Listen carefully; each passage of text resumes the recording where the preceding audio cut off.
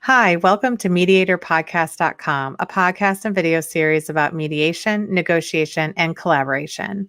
My name is Melissa Gragg, and I provide online valuation, divorce, and mediation services in St. Louis, Missouri. Today, we're going to discuss an important topic, divorce, mediation, and grief, and why healing is important with Karen Millon. Karen is the founder of Healin, Healin with no G. She's an experienced entrepreneur in the healthcare space. She is a transformational coach. She's also host of the Healin podcast and author of An Amazing Divorce. Now, you have a very interesting story, but you also kind of led you into providing services for people that are really healing in some capacity from divorce. So why don't you tell us a little bit of how you got into this space of healing after divorce? Thank you. So in 2013, I separated from my marriage of 17 years. And how did I get into healing? Well, I'm the daughter of a therapist who told me that I needed therapy all through my 20s.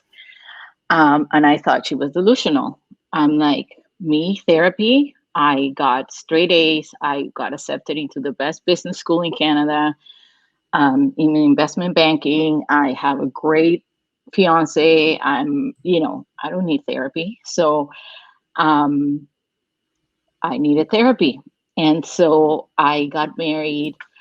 I knew I wasn't happy. I knew it wasn't the right thing, but I truly felt that I was as good as it got.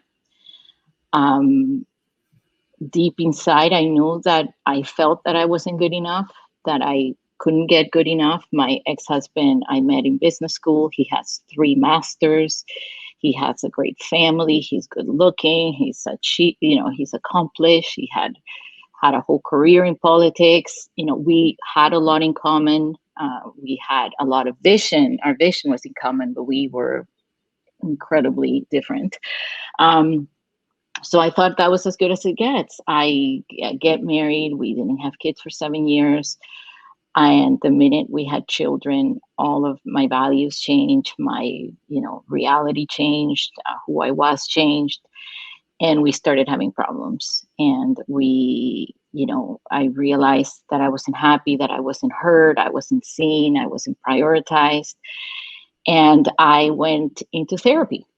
So I went into counseling, talk therapy, where I started to realize that I wasn't happy, realize what I needed. And I found it extremely helpful to have someone, and I highly recommend it to anyone, that just an objective source that you can express and not repress, and just dialogue. And it does help you bring the subconscious to the conscious. But I was still stuck. I was still unempowered. I still didn't feel like I could leave or I could do better. I had also started a business with my brother that was a lot of work and extremely successful. So I didn't want to leave it because it was financially and operationally very rewarding, but it was a difficult situation because of my childhood working with family. So I was stuck. I was incredibly unhappy. I think I cried myself to sleep for about 3 years. Then 2 little kids and the mess and it's a chaos. And I hit a point that came out of the blue without planning when I realized that I was done. I was on a business meeting, Melissa, on a conference in Chicago. And I had never in my life strayed or cheated, because God knows who has the time or effort.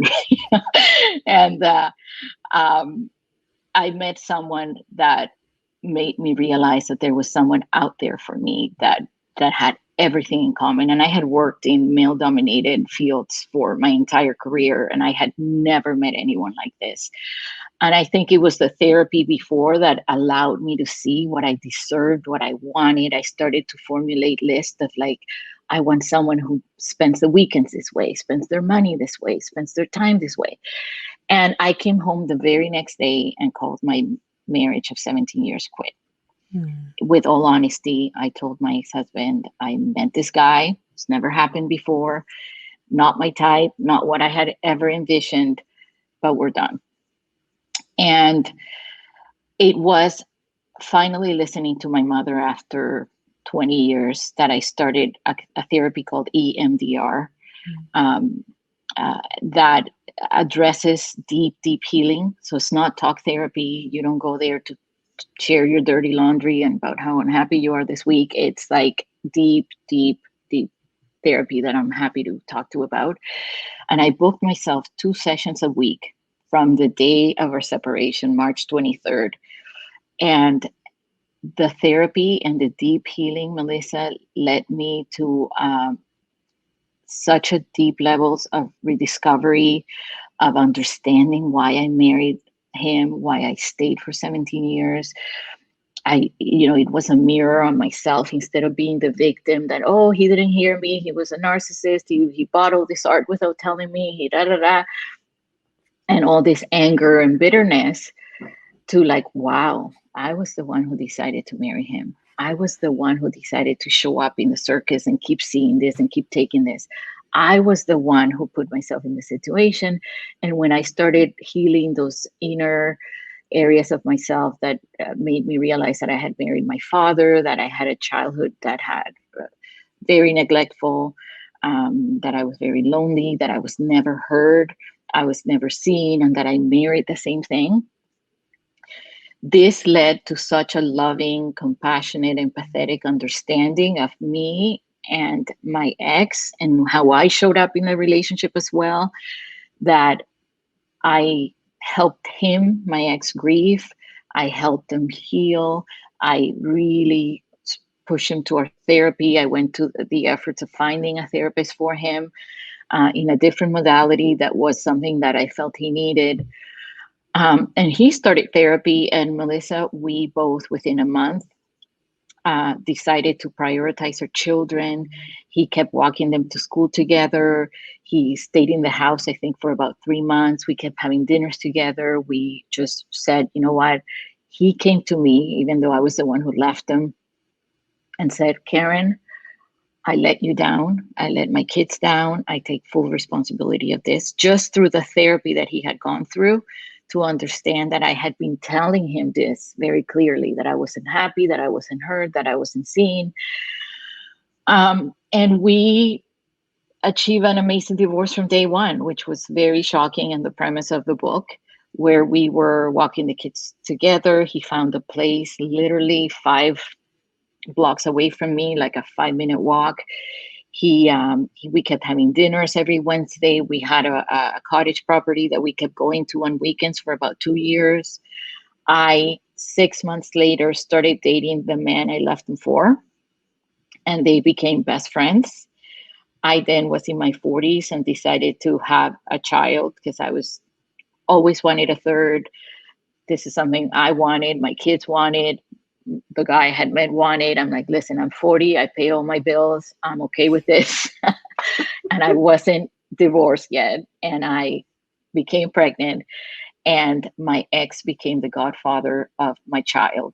And living in the snow, took the garbage out every day, took the kids to school so I didn't have to walk in the snow, and adores my child. He then allowed us to move to New York City, came every single weekend and stayed in our home, took our child out every Saturday morning so me and my husband could have a sexy morning on Saturday mornings, spend time together. And it was everyone who saw this around me in my building, in my neighborhood, all the parents I was meeting that would meet my ex at a play date. And it's like, hey, is that your husband? No, that's my ex, but my husband might come to I don't know when he's coming home. And they're like, you got to write a book. This is crazy. And it was my focus through healing right after the divorce that achieved all this, that I then, through that healing, was able to leave my company and divest from that. And I said, I have to help others do this. This is incredible. A lot of my friends, a lot of the people around me started getting divorced. And it was so sad and so traumatic. And these kids that I was actually a godmother to two, one became suicidal, calling me with the fighting and being in between and the nasty emails, that I was, inspired to write the book and then pursue coaching right away. Since about 2015, I started about a year of coaching everyone I knew for free, and realized that I loved it, that the significant changes that I was creating were life-changing, transformational stuff, and that I loved what I did, that there was nothing else I'd rather do.